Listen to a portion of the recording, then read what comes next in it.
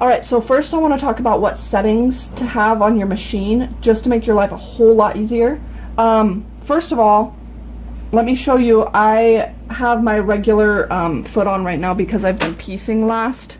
And on most machines, the typical setting, the default setting is when I sew, the needle will either remain in and the foot stays down at all times. Well, I'm gonna adjust that on my machine so that my foot will raise to a medium level, like so. And what that does is I can now pivot, and it will make my life so much easier when I'm trying to pivot when I'm doing the applique, but my needle will stay in the same position so it won't alter the way that my stitch looks, which is awesome. So that's number one, and I just adjusted that on my machine. The next thing that you want to do is, I'm going to cut that off here. Okay, the next thing that I'm gonna do is make sure that I have the correct foot and plate on. If you don't have the correct plate on, it is going to make your life a nightmare because your needle will break. So this is my single hole plate that comes typically with the machine, but you're going to want a double hole plate like this. You can see where the needle goes down. It has room to go back and forth and stitch. So that's the plate that I have put on my machine. And the next thing that I need to do is switch out my presser foot so that I don't break my needle. And it makes it a lot easier to see what you're doing with the applique. And I have my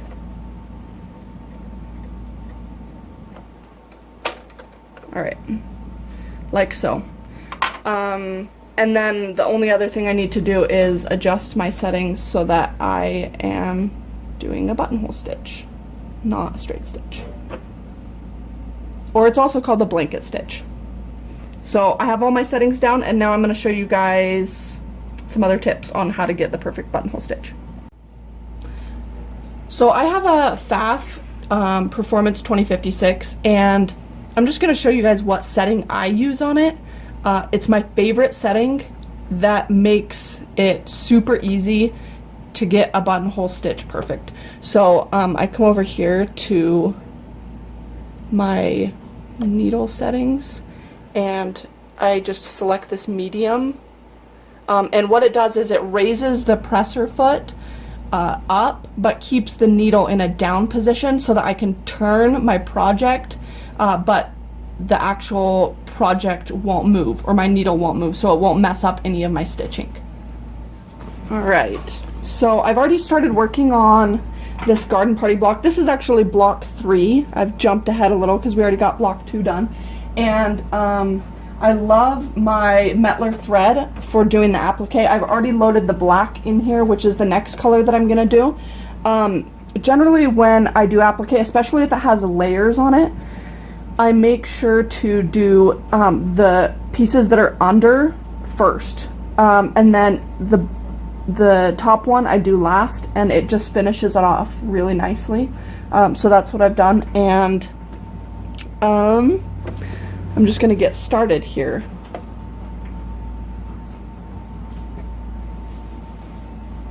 Okay. So right now my needle is in the rightmost position, which is the starting position.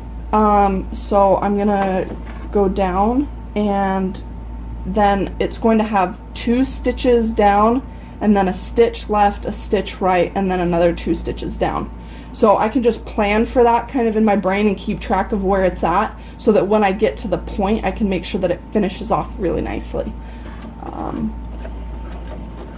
And I'm making sure that I stay right on that edge. I don't want it to go too far into the piece of applique, or else it will fray, and it will also fray if I go too far outside of the applique. how I am just keeping that starting point right on the edge of the project. And if you need to, just go really slow, especially as you're starting out. You'll really get the hang of it, and then you can pick your speed up.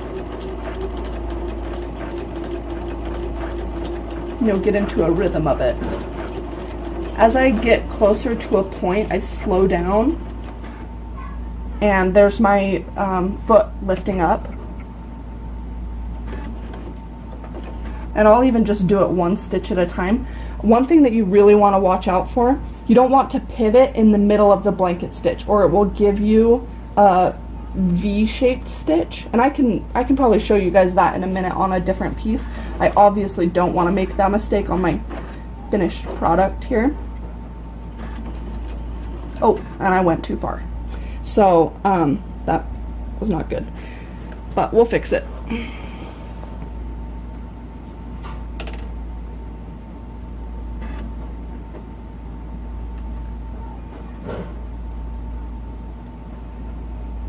Okay, so I'm gonna fix this, but I just watched my needle move to the inside, which means it's about to go down in a blanket stitch. What my machine does, and I'm not sure if this works on everyone's machine, but I can skip a stitch by moving the needle a little bit down and then back up, and it will pop it back over to the original position. So it's like I skipped a stitch without actually having to stitch that, and it saves me a lot of trouble if the stitch didn't go the way I wanted it to. So I'm going to come back down here, and I like to keep this piece right here, this inner piece, lined up with the edge of the applique, the outer edge, because then I know that my stitch is square with the piece of applique. So I'm just going to go down again, and I will cut off that loose piece later.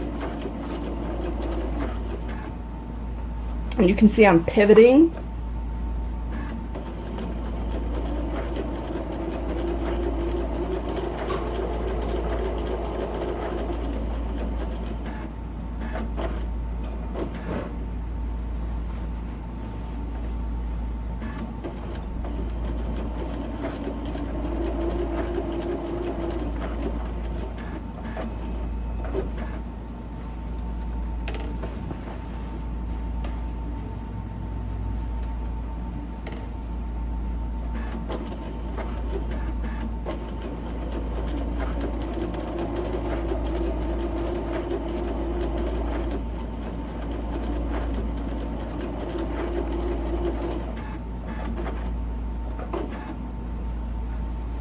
I have not been pivoting as fast as I should have been, which means that my stitches aren't going to be 100% square with the applique piece. But especially if you're matching your thread to the piece, it helps a lot with the overall aesthetic, because it kind of blends in and covers up some of the mistakes.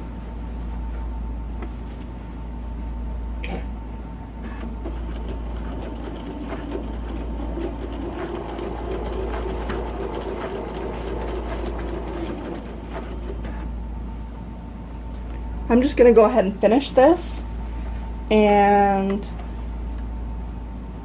thanks for watching, guys. Stay tuned.